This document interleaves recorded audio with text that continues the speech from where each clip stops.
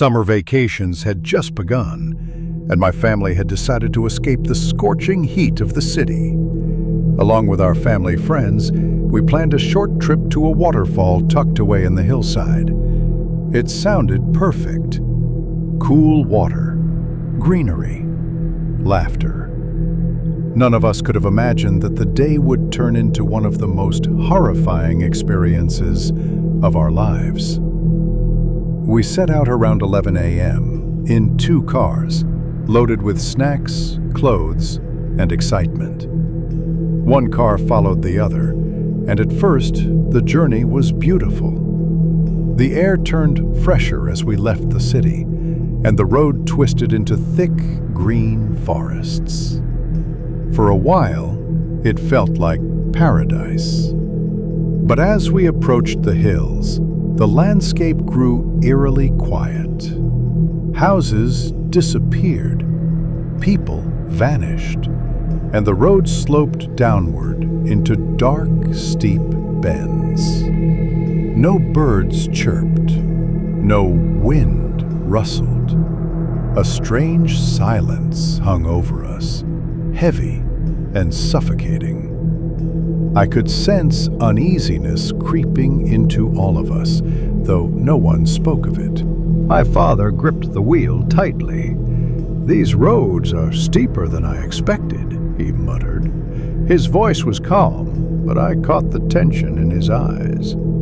Finally, after almost an hour, we neared our destination. The road twisted into a sharp U-turn, with a dark valley yawning below. Our car went first. Suddenly, bam! A screeching metallic howl ripped through the silence. The car lurched forward unnaturally, and my dad's face turned pale. "The brakes! They're gone!" he shouted. Time slowed. My heart thumped against my ribs. My mother gasped and clutched my arm. I could feel cold sweat dripping down my spine. Somehow, my father yanked the handbrake, forcing the car to an uneasy stop. And then, behind us, the exact same thing happened. Our family friend's car, at the very same curve, lost control. Their brakes had failed too. We watched in horror as their vehicle screeched and skidded straight toward us. For a moment, I was certain we were going to die. Crash! The sound was deafening, like an explosion. My eyes squeezed shut, bracing for fire, shattered glass, or worse. But when I opened them, miraculously, none of us were injured.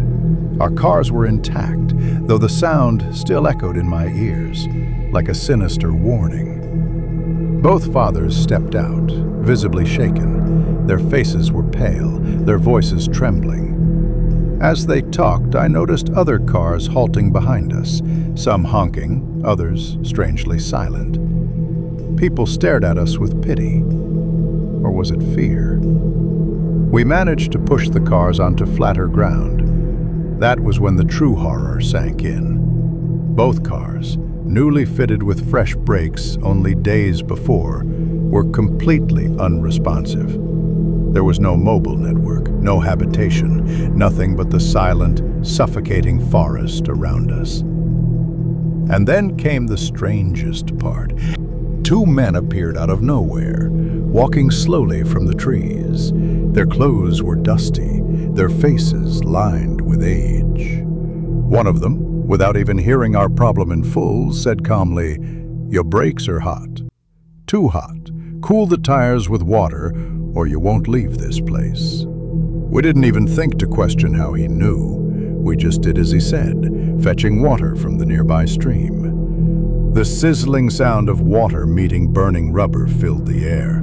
I glanced back to thank the men, but they were gone. None of us wanted to continue to the original waterfall anymore. The thought of driving down that cursed road again filled us with dread. As we debated what to do, we noticed something chilling. Many other cars had stopped in the same place. Some refused to start. Some drivers sat helplessly, their faces as pale as ours. Most of the vehicles were brand new, yet their brakes too had failed. It was as though the curve itself had claimed them. After more than an hour of hesitation and fear, we decided to head to a smaller waterfall nearby instead. We tried to laugh, to push away the anxiety, but the air never felt the same. When we were about to leave that new spot, a thunderstorm broke out. Heavy rain poured, drenching us. My mother whispered that maybe it was a blessing, that the rain would keep the tires cool. But deep down, I couldn't shake the thought that something didn't want us there at all. On the way back, my father and his friend helped other stranded drivers push their cars past the U-turn. Miraculously, every car that crossed that curve worked perfectly again. Ours too, as though nothing had ever been wrong. But as we drove away, I looked back at that bend one last time. The fog was thickening, swallowing the road. A shiver ran through me. What was it about that place? Why did brakes fail only there, again and again? And who were those two men who vanished without a trace after warning us? Even now, when I close my eyes, I can still hear the screech of brakes, the blast of metal, and the deafening silence of that cursed U-turn. We survived, but I will never set foot on that road again.